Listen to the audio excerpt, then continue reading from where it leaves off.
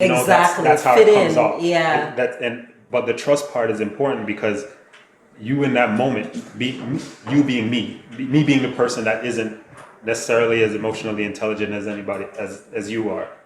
I needed to trust that you weren't trying to play me, like you weren't trying to be an asshole about the whole thing, Yeah. and you weren't trying to just basically say this is how I can communicate, get on my level or not. It took you understanding that it's not that I feel like emotion is irrelevant. It's that I don't know or I didn't have the tools to how to get to the root of a relationship problem. Because most of my getting to the root of any kind of problem is systematic. So when I try and apply systematic to a relationship, it doesn't always work out. Yeah. Right? Sometimes it does, ironically, but it doesn't always work out. Yeah. So, More time. Yeah. So that part I think is an important part to say because Totally. I don't feel like everybody comes in at I'm emotionally aware and this is what I'm feeling in the moment. Yeah. A lot of times it's the emotion that they're feeling is like attack. Why am I feeling attacked? This person hasn't done anything to make me feel like they would attack me. But you're basically pointing out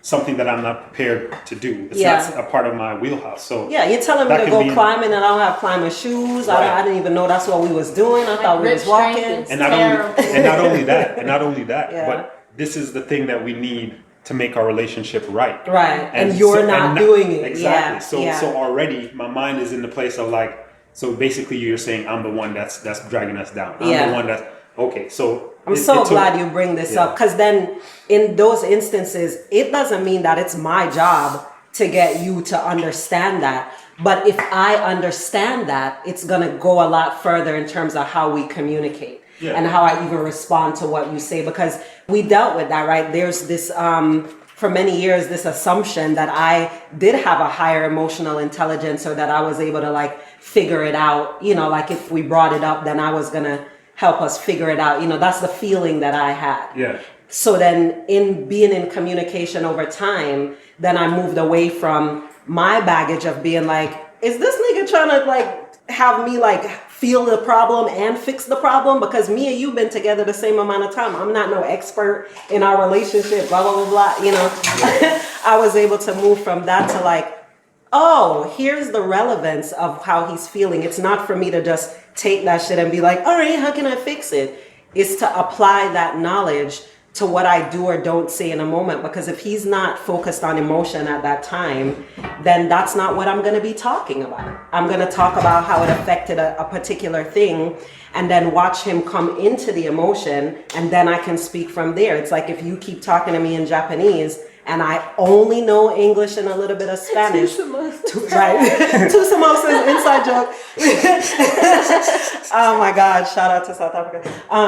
But if you keep talking to me in your other language, I might feel impassioned because I see it in your body language, but it don't mean I understand what you're saying, let alone being willing to like, being able to address the change. Right. Yeah. Right. Yeah. So that was really useful in our dynamic because when I realized that that's how you felt, then again, I didn't have to take that on and defend it, but it impacted how we communicated. Absolutely. Yeah. Because and in that moment, I was like, well, to go to your point, what are you talking about? Like you are the one that has the problem. So why would I be able to come up with a solution for a problem that you're feeling and that you're going through?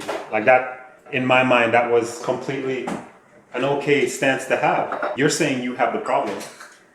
You tell me what the solution is. Like I don't understand.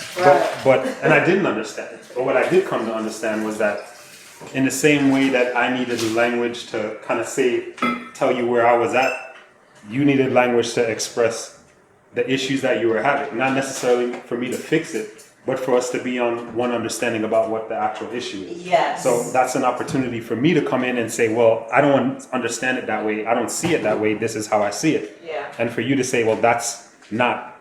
A lot of times from us doing this a lot of different ways in a lot of different instances, the end result usually was that you didn't have my language to get me to understand something. So we had to keep going back and forth, and I had to eventually say, like, explain myself and my thinking, and for you to say, but wait, that's not what I meant.